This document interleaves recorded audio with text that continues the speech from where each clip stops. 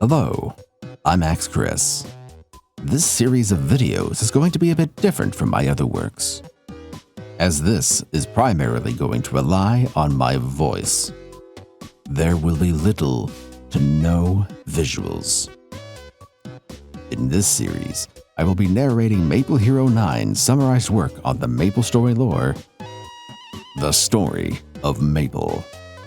I absolutely intend for these to be listened to in the background of whatever you're doing, be it grinding, doing dailies, weekly bossing, whichever you'd like. I hope I can provide you all with as many chapters as I can. I'll tell you this now though, at some point, some of the stuff I read will be out of date as time goes on. In addition, some of the things I read might be considered spoilers for those who have not fully completed the lore as it is in the game. Regardless, I'll read what I've got and I hope you enjoy. Part 1. Before the Sealing of the Black Mage. Chapter 1. The Ancient War. In the beginning, the primordial god made 365 creations, with 365 gods, each following one of the 365 laws that govern the universe. These ancient gods ruled selfishly, without regard for their worlds or the people inhabiting them. In an attempt to end the chaos wrought by the gods' disregard for the natural order, several mortals began researching to find a way to fight back against the ancient gods. As the gods existed outside of the physical limitations of the universe, mortals were unable to directly harm them, as only gods had the power to challenge other gods. Because of this, some mortals hoped to find a way to utilize the relics of the ancient gods, which were imbued with their divine power, in order to use them as weapons against the gods. As the relics only recognized those whom the people deemed worthy to wield them, researchers attempted to fabricate a means to have mortals be recognized by the relics. Their research led them to investigate previously forbidden studies about the Abyss, the source of all knowledge in the universe, in which creatures known as specters dwelled. The researchers hoped to fuse a host body with countless specter souls, which would trick the holy relics into believing that the host was actually filled with the support of many mortal souls. However, the ritual that transported a subject into the abyss resulted in a specter immediately taking control of their body, erasing their memories, consciousness, identity, personality, and soul as the cost of having seen the infinite knowledge in the abyss. As a result, the specters born from these experiments were horrifying beasts that despised humanity. After years of failure, the inhumane experiments finally succeeded by utilizing hosts who had the ability to resist being possessed and taken over by the specters, allowing them to retain their bodies and minds, while also being filled with countless specter souls from the abyss. The culmination of this research resulted in a creation of a special type of specter which could successfully trick the holy relics into recognizing them as worthy wielders, as the relics would sense the countless souls inside the host and mistakenly interpret it as the host being filled with the faith of many mortal souls that viewed them as their champion of their god. As a result, mortals gained the power to defy the ancient gods and face them in combat. However, even in spite of these creations, the ancient gods continued to rule ignobly until the primordial god, unable to abide by such chaos, created three beings known as the Overseers in order to restore balance to the universe. To defeat the ancient gods, the Overseers created a powerful relic known as the World Heart. Imbued with immense divine power, the World Heart had the ability to absorb the power of higher beings. On the planet Grandis, 12 wise and courageous anima sages became known as the Elders, famed for their strong sense of duty and their desire to help the world by sharing their wisdom and knowledge. Their excellent character and convictions drew the attention of the Overseers, who gave them a direct mission to use the world heart in order to create beings who could stop the chaos of the ancient gods. Revering in the overseers as saviors who could restore order to their chaotic world, the elders came to regard the overseers as the will of the world itself. The elders were given much by the overseers, including a long lifespan and researchers to aid them in their experiments to create the powerful beings that would defeat the gods. The elders created a large floating laboratory called Odium, where they began investigating how to create mortals that could stand up to the gods. Using the world heart as a template, the elders created relics known as the Godspheres. As these man-made Godspheres were weaker than the world heart, they did not possess the power to drain the energy of higher beings, nor did they share the conditions required to awaken its power. Instead, the Godspheres had their own unique conditions, namely that they would only awaken in response to the collective determination of the people, such that their immense power could never be monopolized by a single individual. Author's note: in the original KMS text, the Godsphere is known as the Spear of God. It's later explained in both the Cernium and Shangri-La storylines that Freud had extracted the residual power of the world heart, which had permeated deep into the continent, and had created its own Godspheres, which he had named Seal Stones, as he had imbued them with the power of time in order to both seal the Black Mage and to undo the damage that the Black Mage had inflicted upon the continent. Knowing that those who feared the power of the Godspheres as well as those who coveted it,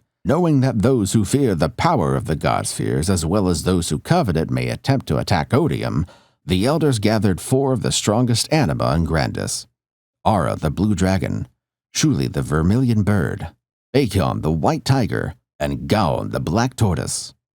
These 4 anima became known as the 4 symbols and severed their ties to their old lives in order to protect the elders and their research.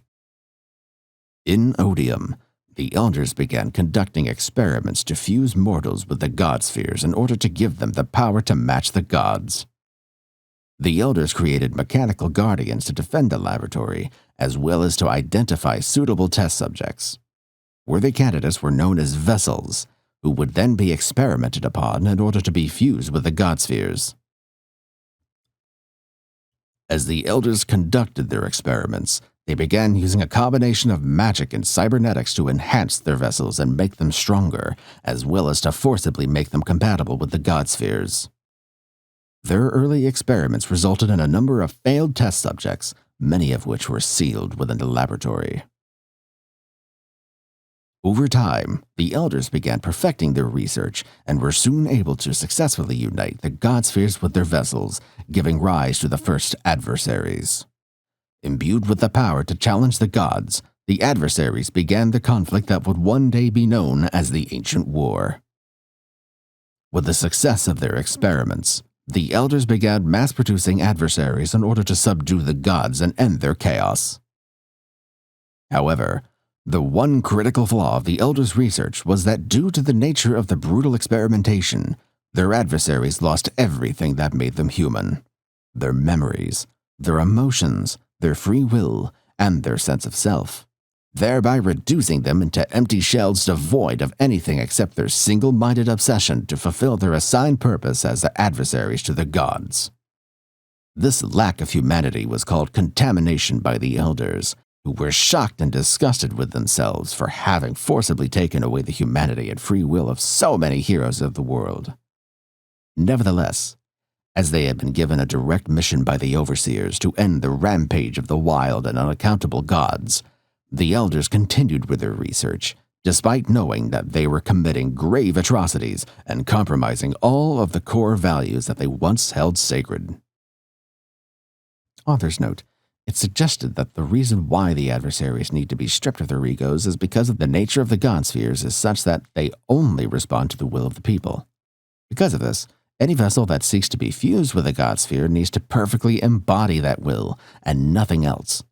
As a result, the elders attempted to erase any trace of individuality within their test subjects, which would then turn them into empty shells that only have the desire to fulfill their purpose by defeating the gods, carrying out the single greatest wish of the people. Within the scope of the larger story, the player gets turned into an adversary at the end of Black Heaven, as the Alliance uses the last seal stone in existence in order to save the player's life. As a result, the seal stone recognizes that the player is filled with the wishes of countless souls, and, since the seal stone operates on a similar principle as the holy relics, it organically fuses with the player, rather than artificially through experimentation, and turns them into an adversary.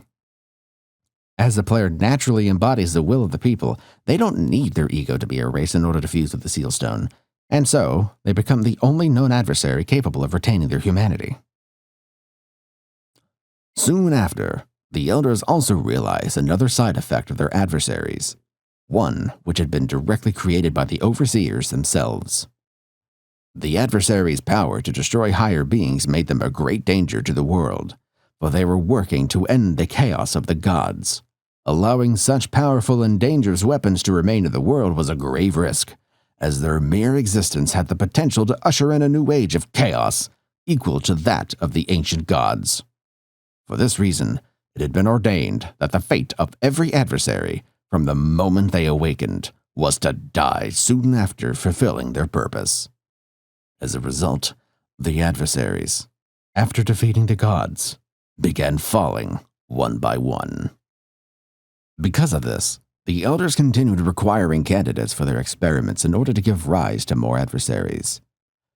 Though most adversaries had been created in Odium, there was one known instance of an adversary being created outside the laboratory, the first explorer of planet Maple World, whose deeds would be told generations later as the legends of the Maple Tree, the favored resting spot of the first explorer. Though the first explorer was an orphan, he had never felt alone, as Sugar, the avatar of the goddess of Maple World, had always been with him.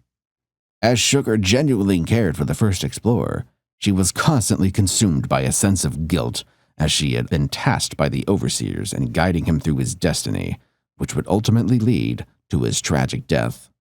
The same fate shared by all adversaries. At the same time, the war had continued progressing as the Elders had hoped, with the gods falling one by one to the adversaries' power. Eventually, only one god remained, and the Elders continued their experiments to create an adversary to confront the last god standing. One test subject, named Alter, underwent the brutal experiments, though he was ultimately deemed a defective vessel. Alter was thrown out by the Guardians and sent plummeting from the sky, with his body, which had been replaced by metal, causing him to sink to the bottom of the sea. There, however, he encountered a giant anglerfish, whose light helped him begin the process of creating a large tower to escape the ocean. Because of the experiments, Alter's body would not tire, and so he spent countless years laboring to escape the bottom of the ocean and reach the surface. Meanwhile, the Elders continued searching for a suitable vessel. Though their test subjects were typically brought in from outside Odium, there were several vessels that existed within the ranks of the researchers.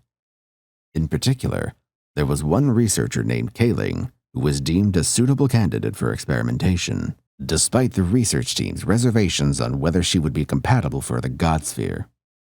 A researcher named Aurora warned Kaling that the experiments would be incredibly painful, and that she may face unending pain or even death as a result, as well as the possibility of her humanity being stripped away from her. Despite Aurora's warnings, Kaling, who was considered the most kind-hearted researcher amongst them, gladly agreed to undergo the experiments.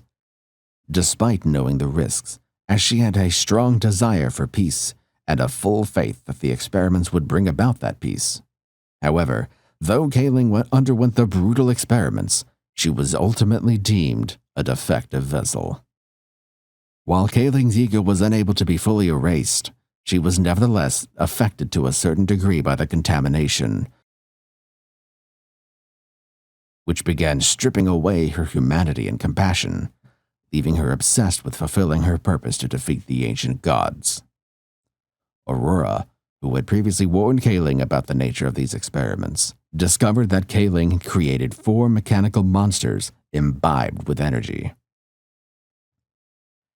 Kaling expressed that while the researchers had vessels and Godspheres, they lacked the power to fill in the vessels in order to make them stronger. She revealed that while her 4 machines were small, they could amass great power by consuming other small monsters, which could then give a rise to an extremely powerful adversary. Despite Aurora and the other researchers recognizing the signs of contamination in Kaling, they turned a blind eye to her experiments, refusing to believe that the contamination could even affect the best of them. Over time, however, the elders and the researchers began realizing that the contamination was beginning to spread to them from their vessels, slowly eroding away their humanity.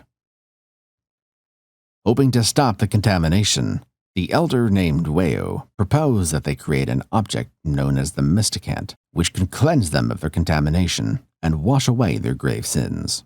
Several elders refused, claiming that they should view their lack of humanity as punishment from the overseers for their abhorrent crimes. However, some of the elders agreed with Weo and began experimenting alongside her to create an object to stave off their contamination. Their efforts resulted in the creation of the Bell Mysticant, whose ring would be able to cleanse their sins and their contamination.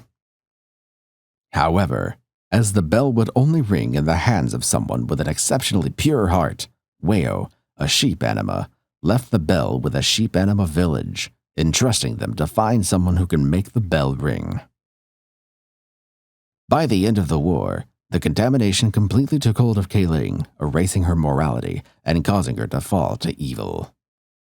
After she released her 4 monsters, Hundun, Changji, Taowu, and Taoxie, into the world, her creations began consuming fiends and terrorizing the entirety of Grandis with their impunity. Aurora soon confronted Kaling and ordered her to terminate her research immediately, claiming that it was a complete failure. Aurora explained to Kaling that her monsters had become known as the Four Perils, and that they were causing great harm upon the people of Grandis. However, Kaling retorted that Grandis was already embroiled in war and chaos, even without her creations. She then claimed that once the Four Perils consumed enough monsters, she would combine them and create an extremely powerful adversary who could defeat the last god and win the war. Before Kaling's experiment could finish, however, the last god was defeated in a climactic battle, in which their blade carved a great scar across the land upon which the holy city of Odium would one day be built. At the end of the war, the elders realized that they could no longer turn a blind eye to Kaling's madness and had her seized from Odium. Zhigong, the leader of the elders and Kaling's mentor, confronted her and declared that she had created monsters and that she was no longer his disciple. Turning his back on her, he ordered another defective vessel named Taiyu to handle Kaling and her 4 vessels. Taiyu successfully sealed Kaling away on the moon of Changwon, trapping her under the hardest and heaviest rock in Odium, which Taiyu bound in place with golden chains and countless sealing talismans, after which he began hunting down the 4 Perils.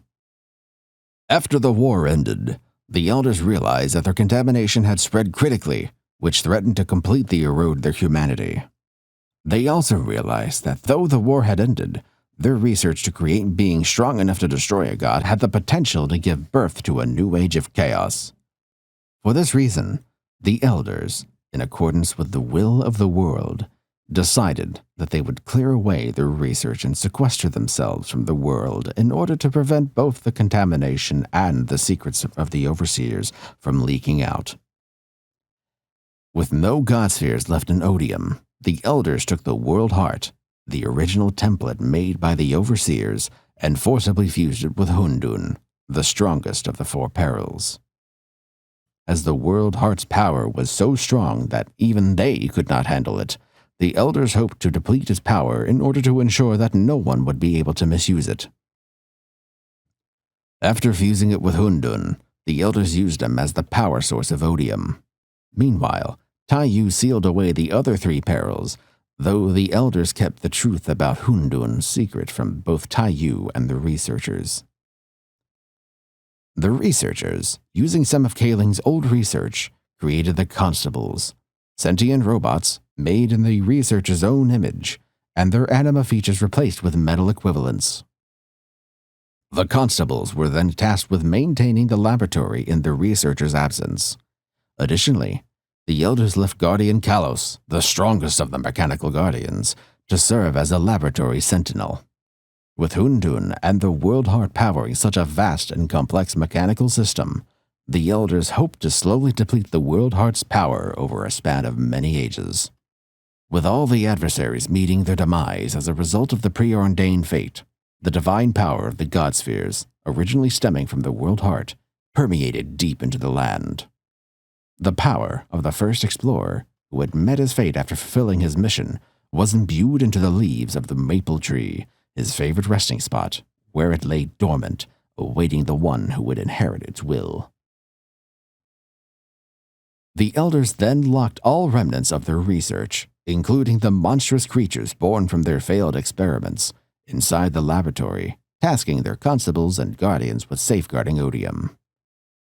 With all traces of their research cleared away, the elders used their power to create a magical Munbang Sawu, composed of an inkstone, ink stick, brush, and paper scroll, which they used to create Shangri-La, known as the Realm of the Sages, where they planned to imprison themselves. Author's note: Munbang Sawu, also known as the Four Friends, are the four basic Korean calligraphic tools: a paper, a brush, an inkstick, and an inkstone. Shangri-La, a realm made completely out of magic, was created in the image of a beautiful painting and structured with the four inner realms that corresponded to the seasons. The outermost barrier was spring, which led deeper into summer, autumn, winter, and finally to the innermost pavilion where the elders lived. Shangri-La was created to be closed to outsiders, with only a true sage being allowed to enter and leave, either physically through a special hanging scroll or by astral projection through their dreams. In order to prevent outsiders from forcing their way into Shangri-La, the four symbols who protected the elders were tasked with guarding each of the inner realms and their barriers. Ara, the blue dragon, protected spring. Shuli, the vermilion bird, protected summer. Acheon, the white tiger, protected autumn. And Gaon, the black tortoise, protected winter. Each of the four symbols had their life forces tied to those special scrolls that served as gateways in and out of their respective realms, with the Munbang Sawu separated and stored away in each of the four seasons respectively. With the natural balance of the four seasons, the elders had hoped that contamination spreading to themselves and the researchers would be halted. After imprisoning themselves inside Shangri-La, the elders spent the ages filled with guilt and remorse for the atrocities that they had committed during the war. Because of the contamination, the elders and their researchers also began having their humanity stripped away, slowly eroding their ability to feel. Nevertheless, the spiritual balance of Shangri-La countered the contamination and prevented it from worsening. Filled with unending regret, the elders branded themselves as the sinners and waited ages for the one who would ring the bell and wash away their sins to appear. Despite their guilt and their contamination, the elders maintained their strong sense of duty and morality for which the overseers had chosen them. Seeing it as their continued responsibility to quell the chaos of the world, just as the overseers had tasked them with, the elders sent Taiyu and several other sages to the outside world to correct all that had gone awry. Meanwhile, Alter, the defective vessel who had been thrown off Odium into the sea, had completed building his tower to escape the ocean. Upon reaching the surface and seeing the rising sun, he believed that he had never been a failure, but rather, the elders had deemed him one because they were afraid that they had created an adversary even more powerful than they were. Alter, whose humanity had been partially stripped away by these experiments, similar to Kaling, was left obsessed with becoming an adversary, despite the fact that he was incompatible with the Godsphere. With his free will and morality taken away, Alter single-mindedly continued building his tower for ages in an attempt to reach Odium and prove that he was capable of fulfilling his mission. Upon reaching Odium, however, Guardian Kalos detected that he was a defective vessel. Declaring that Alter was unworthy to enter Odium, Kalos destroyed the tower and reduced it to rubble in an instant. Alter once again fell back to the bottom of the sea, where he realized that if he could not reach Odium himself, then he would need to use a true vessel in order to clear the path for him. Alter continued rebuilding the tower repeatedly and began stealing the Guardians protecting Odium each time before Kalos destroyed it.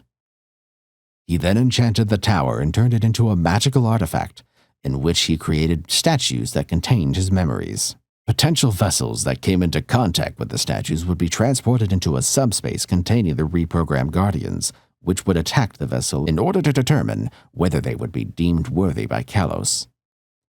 Alter then enchanted the tower so it would rebuild itself each time that it was destroyed.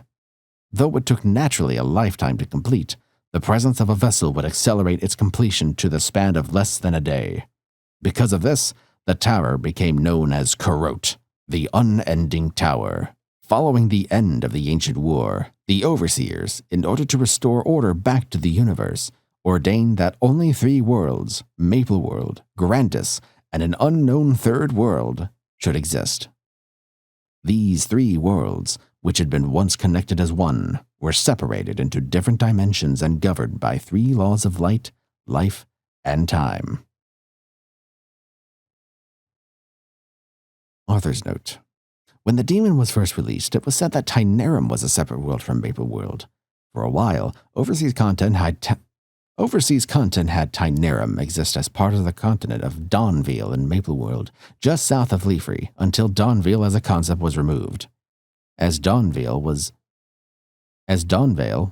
was Overseas exclusive and not KMS, it was never considered canon to begin with. After Friend's story and Kinesis' storyline were released, there was a lot of evidence to suggest that Earth was created by the Overseers. The White Mage of Earth is actively merging Maple World and Earth, and planned for Kinesis to face the Black Mage in Tenebris as a potential adversary, which suggests that he might be a Transcendent of Earth. The Arcane River is said to be a convergence of all 3 worlds, and the Earth fusing with Maple World, just as Grandis did, fits with that description.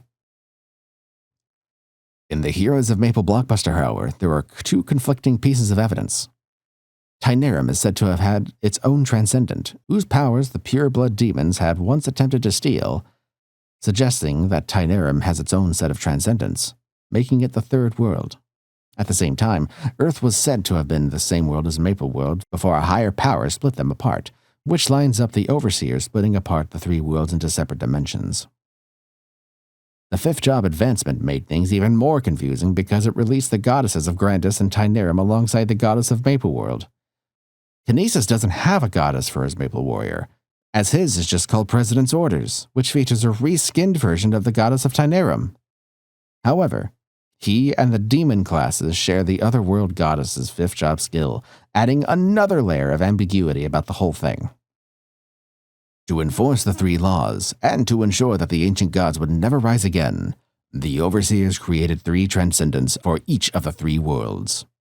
The power of the Transcendents suppressed the ancient gods, who gradually fell into an unnatural slumber, with the exception of Abraxas, the watchful god, who was tasked with watching the graves of primal forces who had come before, as well as the divine bird Shinzu, who was tasked with protecting a particular bloodline, which had grown intertwined with the Transcendents, such that a descendant of that bloodline would one day awaken to become a replacement Transcendent should the need arise. During the Ancient War, Shinzu had taken pity on the people of Maple World, who had been suffering immensely from the chaos of the ancient gods. Shinzu took it upon herself to protect humanity from the carnage with her immense power. After the end of the war, Shinzu, who had been tasked with watching over the birth of the new Transcendent, used her power to create the floating island of Areve, which had become a seat of power for members of that bloodline, with each of their descendants ruling as the Empress of Maple World after accepting Shinzu's divine power. Shinzu also created the Pios, a race of bird-like creatures who would carry out her will to aid the Empress. To defend the Empress, Shinzu bestowed a portion of her power to a guardian known as the Knight of Light, who used the power of light inside their soul's shield to serve as the Empress's protector. with the Knight of Light's title and power being passed down across generations to worthy inheritors chosen by the Soul Shield. In the absence of the ancient gods, a brief time of peace began as people began rebuilding and creating new kingdoms. However, chaos soon reigned once more as these different kingdoms waged war on one another. Amongst those who had been protected by Shinsu, a small number of those chose to stay at her side in Ariv, where they learned from her teachings. Having expended most of her power on protecting humanity, as well as creating Ariv and the Pios, Shinsu had considerably weakened in the aftermath of the war. In her stead, her followers chose to carry out her will and protect the weak. Shinsu gave them her blessings and named them the Noblesse. Though they were bound by ideology rather than bloodline, the Noblesse fought bravely to defend humanity. The Noblesse also built a large mansion on Ariv, which they and those who joined their ranks resided, though they spent much of their time away from Ariv in order to fight the many wars that took place across the ages. In both the age of the gods and the age of the Transcendents, the goddesses of each world existed, quietly watching their realms over the eons. In the darkness of the beginning, the goddesses had once used the Urdas, the building blocks of reality, to sculpt a soul. Throughout the ages, the goddesses occasionally bestowed that same power to manipulate the Urdas upon those whom they deemed worthy, so that the champions could protect their worlds.